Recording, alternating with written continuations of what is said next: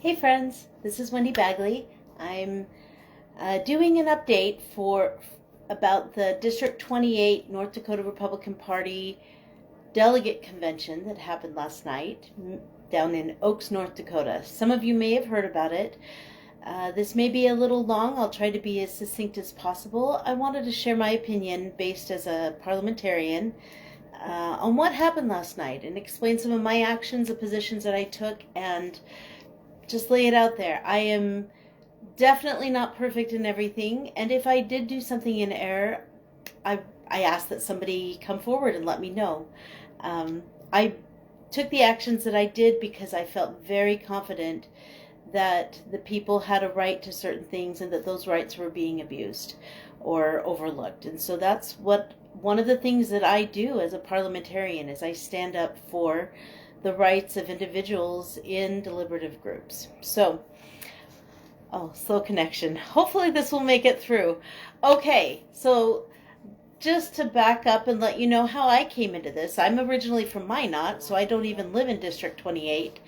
But a friend had connected me with another friend who was a member of District 28, and he mentioned that he had a hard time finding a copy of the bylaws and had been trying for 2 months to get the bylaws, and that he also wanted to present something at the next meeting, a resolution about an issue that he felt very, very strongly about. Well, he was told by I don't know if it was the chair or the secretary, that he would not be allowed to share his motion or his resolution, that there were only certain things that were going to be happening and that was it. And he finally did get a copy of the bylaws. So he got in touch with me, shared with me some of the concerns that he had, and I agreed to take a look at it and help represent him. And then, so I did. I took a look at the bylaws, I read through them, understood what this gentleman was trying to do. We met a couple times, on the phone, and then actually I didn't even meet him till I got to the meeting last night. And kind of took it from there. And so let me address some of these issues, because there may be people out there saying, oh, they blew up the party, or oh, they weren't following the rules, or oh, look at this chaos that's happening.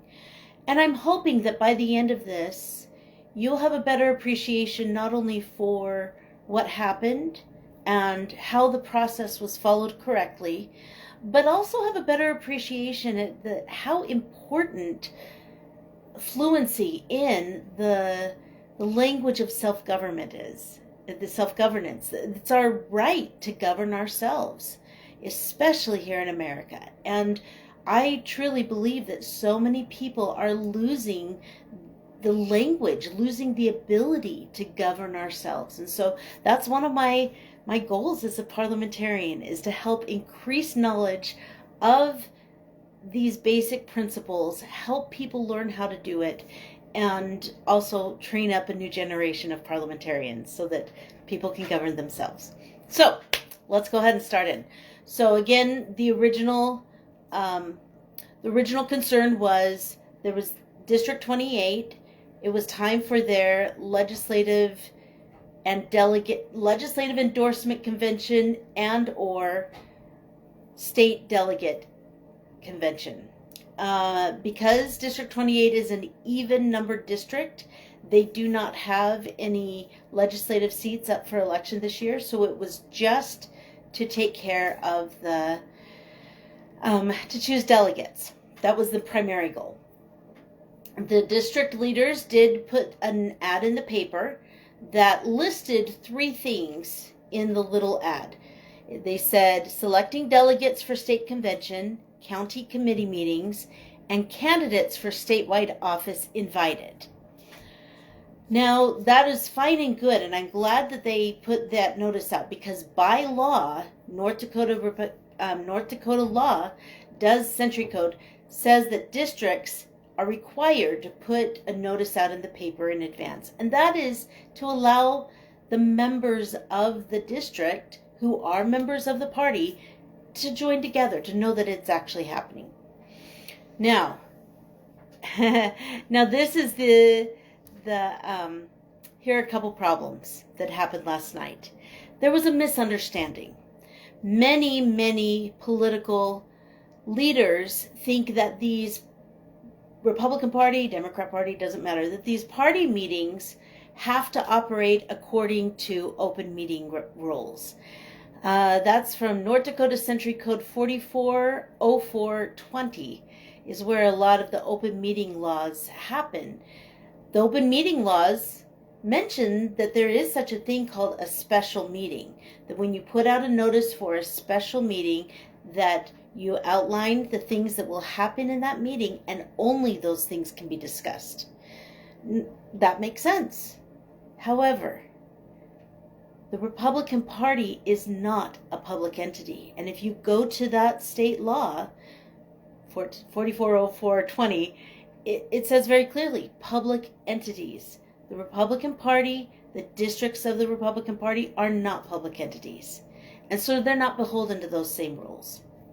So, also, the North Dakota Republican Party and District 28 are beholden to the rules that they have passed.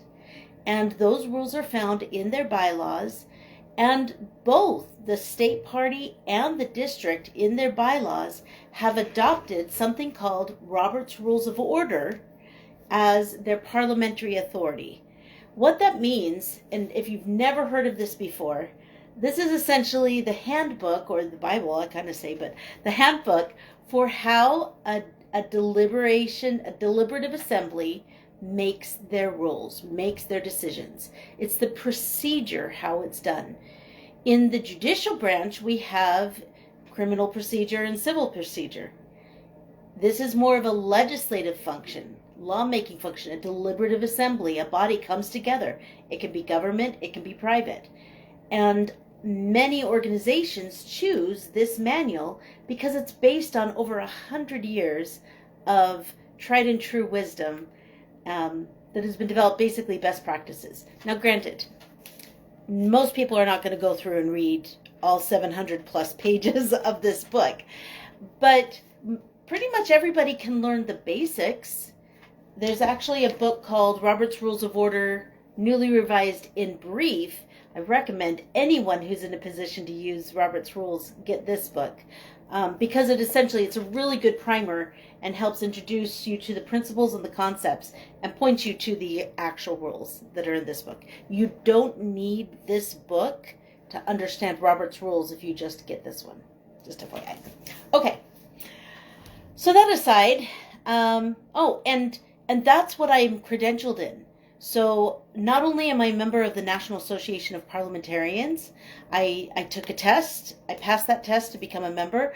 I'm also credentialed as a registered parliamentarian. And so I had to take an additional test. It was about 6 hours. It was hard, but I had to take it twice to pass it, but I passed it. And so I'm credentialed in that. I'm not perfect at it. There's still more that I can learn, but there are many things that I do know. Okay, let's move on. In Robert's Rules, there is an option for something called a special meeting. That's in 913, so section 913. They do say it's not a regular meeting. It is a meeting convened only to consider one or more items of business specified in the call of the meeting. And so again, many people confused, and the chairman of District 28 confused this meeting thinking that it was a special meeting and that you could only discuss what was happening in that meeting. Well, here's the problem with that. Not only did the newspaper notice not specifically say this is a special meeting and only these things will be considered, no, it didn't say anything about that. This is the other thing, is that in their bylaws, in the District 28 bylaws, they have this section, Article 10, endorsement of candidates and election of delegates to state party convention. So it does say that other business can be handled. Let me back up just a little bit. In these bylaws, the governing body of District 28 is the district committee. In many districts around the state, they've adapted and basically defined the district committee as members who are part of the district committee. These sets of bylaws kind of tie back to an earlier time where state law required that the district committee be no more than 18 members. That no longer is part of state law. That's been repealed. And I don't know all the ins and outs of that, but some districts still follow that model. And if it works for them, that's totally up to them. In these bylaws, the district committee and particularly the executive committee have a lot of power to make the decisions throughout most of the time, through most of the term. They have the primary decision-making responsibility. However, in their bylaws, specifically for this convention, it says, and this is in Section 2 of Article 10, all recognized district members residing in the district and present at the district endorsing convention shall be entitled to vote. No person shall be entitled to more than one vote. Okay, I won't get into that issue because that's a whole different thing. All district members get to make the decisions in this one. Second point, in Section 3, it says there's 3 different things that this endorsing convention is supposed to do. 1, endorse candidates for office from the legislative district, and Well, obviously, I did mention that they have this is not a year that by state law they can nominate legislators, and there's no open legislative seats. So this year is not a year to do that. That's fine. Number 2, elect delegates to the state endorsing convention as set forth in the North Dakota Republican Party bylaws. Good. And 3, conduct such other business as may properly come before the convention. Now, when it's a convention is not just the voice of the chair, not just the voice of the executive committee or the voice of the district committee. It's the voice of the convention. Everyone who is entitled to come together and vote may discuss business. And that was the primary contention. That in their own bylaws gave members the power to have that opportunity to get up and speak and move different items of business if they so choose, or if they chose. And unfortunately, their chair did not understand that and refused to believe it. So this is what happened. Was that it? Yeah. Oh, yeah. And in this case, meeting versus convention, there's differences. But again, convention in this case, the people who came are the ones who get to help set what happens. Okay, let me make sure I got my notes. Oh yeah, we covered that. Okay, so going up with point 7 under this idea of, convention. Oh, I think I talked about that. Oh, I talked about that. Okay, that's it as far as it was the right of Mr. Leppart to be able to raise a motion for a resolution. What happened is, after the candidates were done speaking at this meeting, and they were candidates for Public Service Commission, and there's also a House of Representatives, U.S. House of Representatives seat open. So there were some speeches. Some speeches were read on behalf of others. After that happened, the chair stood up to and was going to divide the group into what they call county caucuses. Just as a side note, this is again something very different. In this district, they have 5 counties that make up their district. It's a large one. However, and what they've chosen to do in their bylaws is they've divided it up into counties. Now, in state code, it says that districts can choose that may operate according to precinct or at large. And then in the state party rules, it also talks about precincts or at large. It doesn't say anything about counties. But whether or not that's correct or appropriate or not, that's an issue for another time. But I just wanted to point that out. So this district was going to split up into county caucuses. Mr. Leppart stood up and he made a motion to adopt or to appoint a temporary presiding officer. Essentially, that is the right of anybody in an organization to stand up and say, Mr. Chairman, we don't have confidence in you to lead this meeting fairly, and so we want to call in somebody else who will lead this meeting fairly. And so I wanted to read to you, let's see, do I have that? I believe, yes, that was in Robert's Rules 4711. And I turned it down. There we go. Okay, and I won't read the entire section. You're welcome to go look it up if you want. But it says, in circumstances in an ordinary society, it may be that such a meeting can accomplish more under the chairmanship of an invited non-member who is skilled in presiding. Sometimes this may be a professional presiding officer. And so that was what Mr. Leppart was moving, is that I take the place of that. Now there's additional language there that's interesting, that generally speaking, the chair or the vice chair need to approve it. However, if they object to it, there's still a way that the assembly can override their objections and appoint that temporary presiding officer. So the chair ruled that out of order, essentially. And it was explained, some people were confused, and I think the chairman was confused.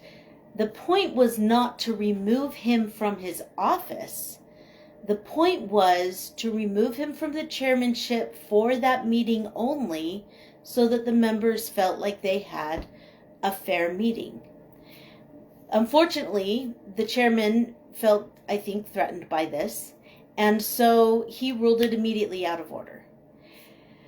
And I honestly can't remember. I know that's recorded. I know that there's things out there, and maybe if people want to go back and recreate a timeline of it, I don't have the time for that. But essentially, I remember standing up there and trying to explain to him where it is allowed by the rules to do this. And the chair's position was, no, nobody can stand up and make motions because only these 3 things in the newspaper are allowed. And so I was trying to help him see that that's not necessarily the case. However, the motion that was on the floor was for a temporary presiding officer. When the chair refused to acknowledge that, then another member stood up to appeal the ruling of the chair, and that appeal was seconded. Now, unfortunately, this was another situation where the chairman was not familiar with how Robert's Rules works. When the ruling of the chair is appealed, then it goes into an appeal process. And unfortunately, a lot of people are not familiar with this. And this is where I wish people knew more about it, but that's okay. In an appeal, the chair then can advocate for his or her own opinion. Then it can turn to the body to discuss pros or cons, and then the chair can make a final statement why he feels his ruling should be sustained. So the question is not, should we accept what this member wanted to do? The ruling is on, shall the ruling of the chair be sustained? And in this case, the chair ruled that no resolutions, no temporary presiding officers, that was out of order. Well, the chair would not put that to a vote. And then things got really chaotic, and I think maybe a bailiff of some kind or security wanted to remove me, and I stood my ground. They said, are you a member? And I was clear, I was not a member of District 28, but I was asked to represent a member, and it is I have a duty as a parliamentarian to help educate and to help people understand and to advocate for people's rights. At this point, a lot of people didn't know what was going on. So I did try to explain to people what the vote on the floor was, what needed to happen. Let me share with you what Robert's Rules says in this point, and I thought this was very interesting. This is in Robert's Rules 62.9, and just to let you know, this is in the section of Robert's Rules that talks about removal from office and other remedies. So kind of a disciplinary, this is the what ifs, what happens. 62.9 says this: likewise, if the chair ignores an appeal appropriately made and seconded, a member can repeat the appeal, and if, in spite its being seconded, the chair ignores it again, the member can repeat it a third time, and if it is seconded but still ignored by the chair, the member can immediately, standing in his place, put the appeal to a vote without debate. The question may be put as, shall the decision of the chair be sustained? Now, to be honest, Mr. Leppart and other people that he brought with him, they were also not very familiar with the language. They did the best they could, but they were, still a little unsure. So I did step forward and I shared and I spoke a lot. But I also made it very clear that it was not my decision. It was not the decision only of the chair. At this point, it was the decision of the people, of the members of the district. And eventually, the chairman got frustrated and upset, and he just decided to adjourn the meeting and leave. Now, what's important to know is that it is not his right to just unilaterally adjourn the meeting. It needs to be, and this is in Robert's Rules 21.6, that a motion to adjourn must have a motion and be seconded and be passed by a majority vote.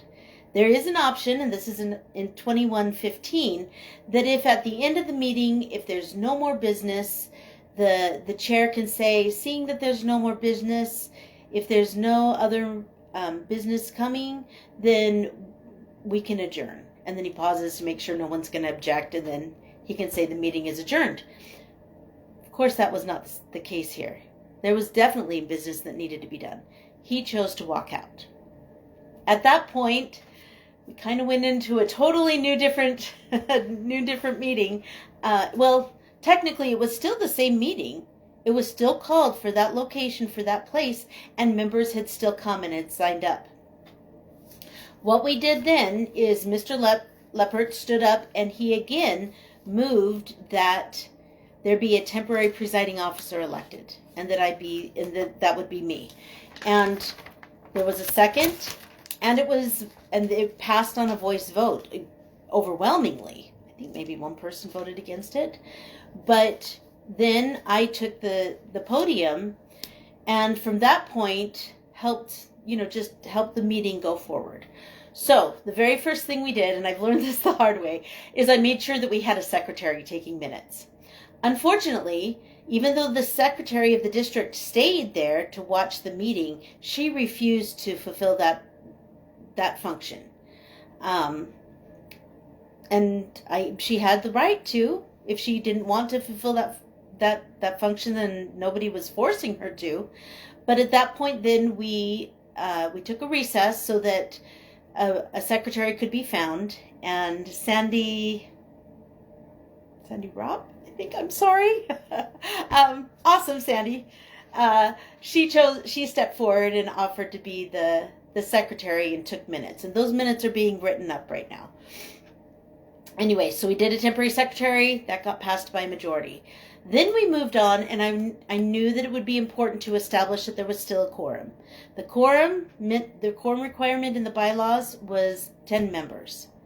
And so I turned to see if there was a list of who the members were, but the treasurer had gone, the people who were at the registration desk were gone. And so then what we did is I asked that everybody who had signed in as a member stand up, and we went around and I pointed them and they counted, and there ended up being 34 members still there. At the beginning, I think there were about roughly 60 to 63 people in the room.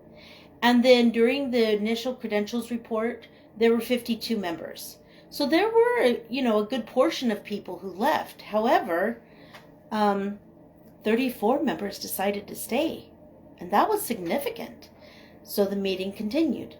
At that point, I also gave, and this is not required, but I gave gave the opportunity for anybody to challenge the credentials of anyone else. Now, if you know, in North Dakota Century Code, and also in state party rules, I believe, but in Century Code, during the reorgs that happen every other year, that's when the districts are required to open up their meetings to the public, and any member of the public can come in, claim that they're a Republican or, whatever their party is, and, do their best to be, and say, hey, I'm a member of this, I want to participate. And there is a process in state code that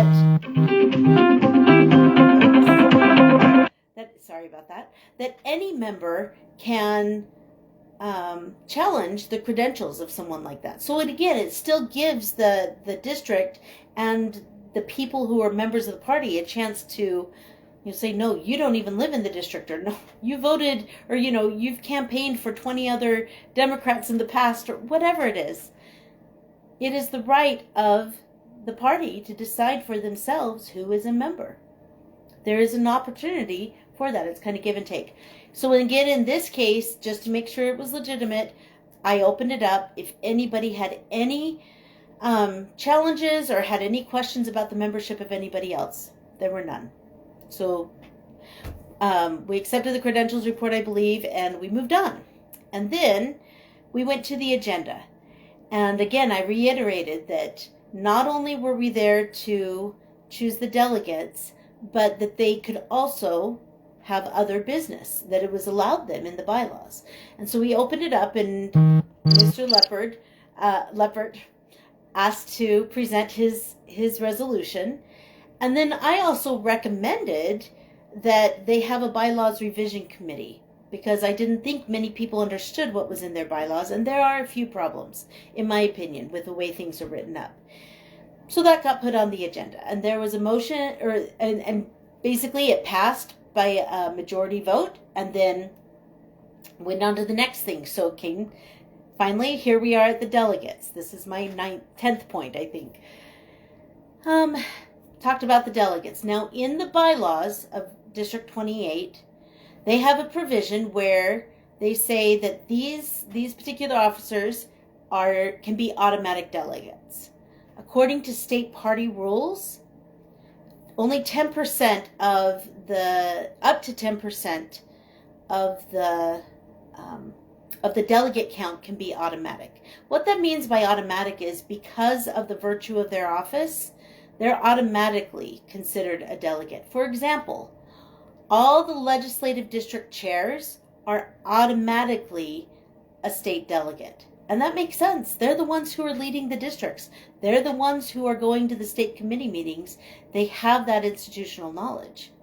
But at the same time, districts should not be able to say, we're going to have, 75% of our delegation be automatic delegates, and it'll just be the good old boys club. No, that's not cool. Everybody outside of that 10% need to be voted on at the convention. So what we did, and it was kind of funny at this part, I didn't even know what the total number was, how many delegates they were given. And thankfully, they had announced, that the chair had announced at the beginning, right after the speeches, the candidate speeches, had listed a number of delegate seats up to be filled in each of the 5 counties. So we listed each of those 5 counties. Somebody had written down what they were. We added up those numbers, and it came to 60. So we then determined 10% of 60 was 6. So there were 6 automatic delegates. The chair, by his right, was listed as the first delegate, as an automatic. And then the remaining officers, first vice chair, second vice chair, secretary, and treasurer, were listed. And next in line would be the legislators from the State House of Representatives and the State Senate. Now here's something interesting. The chairman, Mr. Brandenburg, is also a legislator. That doesn't mean he gets 2 automatic delegate votes. He's the automatic chair. And then, because no member can have more than than one vote, as a delegate. So then there was one more spot left open, but 2 legislators who could have filled that spot. And so then the question was put to the assembly, who should be in that spot? Would it be the senator or would it be the other second legislator? And I honestly can't remember who it was they chose, but they voted on it, there it was. Then we went to, and we figured out that there were, there were 60 minus 6, 54 spots still open. At first we started to go with just one county and kind of take nominations from the floor. However, that was getting kind of tedious and not many people stood up. I think they were still all kind of shocked.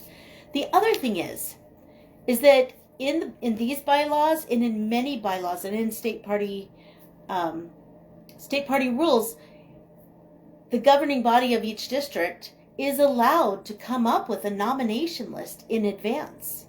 And in fact, that's fabulous because they do all the work to say, is this person a delegate or is this person a member? Have they paid their dues? Do they live in the district? Have they been here at least 30 days? All that sort of thing. Kind of vet them in advance. Well, I asked if there was a list that the district committee or the district executive committee had put forward to determine these. And they said no, that their whole purpose was to do that tonight or at that meeting that night. And so we opened it up and only about 9 people stepped up to be a delegate. We put their names on there. We voted on it. Asked for any discussion, and one gentleman, I can't remember his name, he actually made a really good point, and unfortunately it's true. He was spot on. He said, you'll take a look at this. This is maybe an unintended consequence. We could have sent up to 60 delegates to the convention, but now only 16 have signed up. Wait a minute, 9 plus 6. Sorry, 15. Only these 15 people have signed up, and how pathetic it is that nobody else wanted to sign up. And on one hand, that's true. I had a couple other members afterwards come up and say, though, I would rather have had these people that we voted on than to have been told and have things ramrodded down our throats. Many members have felt so long that this district has been ruled by an iron fist and what the chair says goes and nobody had a say in it. So, again, this is the process of self-government. Okay, so going on from that, then we moved to the resolution from Mr. Leppart, and I know it had something to do with property, possibly eminent domain. I can't remember. And I know that I invited him to share it in the newspapers and to share it online. I honestly was just trying to process what was going on. But that, he presented his motion or his resolution. Somebody else, a member moved to adopt it. It was seconded. I think there was a little bit of debate, and that passed. And then during that time, I believe it was the district secretary pointed out that they only had the building until 5 o'clock. So then we zoomed ahead. The very last thing was a bylaws committee. There were 5 people nominated. They were tasked to review the bylaws and prepare amendments, and they were given 90 days to present their findings to the district committee. And then there was a motion to adjourn. It was seconded, and we adjourned. So that's how it rolled. And to be honest, this is how business by the people should be run. Our abilities to govern ourselves does not mean that we give power to a little mini dictator who will rule that district with an iron fist and not let anyone have any word edgewise. That's not how it's supposed to be. That's not true deliberation. And I'm not perfect, but I'm here to do my best to help preserve the rights of people to speak, to share their voices. Something amazing happens, and I've seen it over and over again.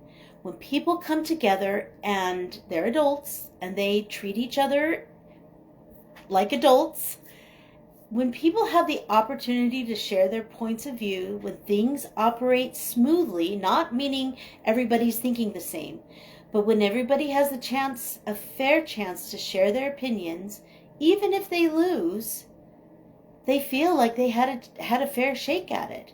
Other people, they might not have been able to persuade other people, or maybe they didn't bring their people that agreed with them, and maybe an opportunity would come up at a future meeting to do so. But by and large, by the end of the process, when it's done correctly, people are happy.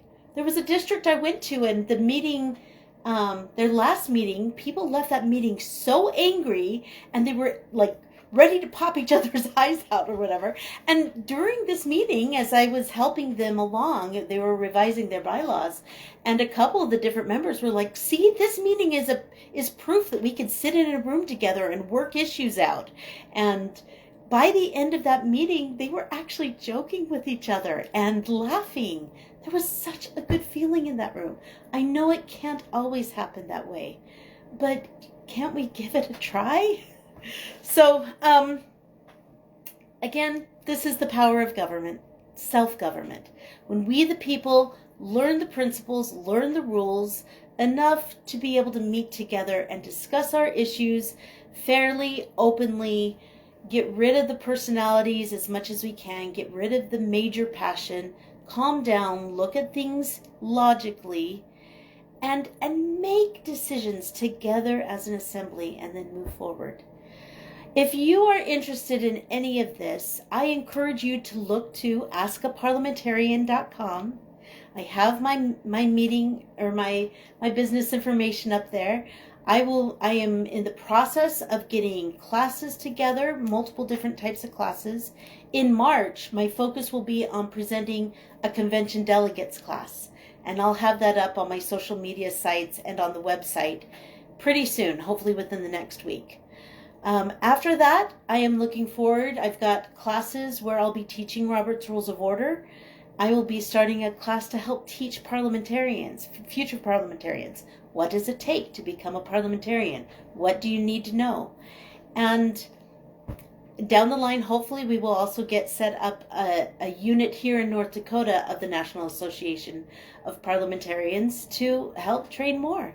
So anyway, if you ever have any questions about Robert's Rules or how a process should be run, or if you'd like to have me come and help do a training for your district, your group, your association, and or preside as a temporary presiding officer, please give me a call. Thank you so much for the time you've spent listening, and I hope you guys have an awesome week. Take care. Bye.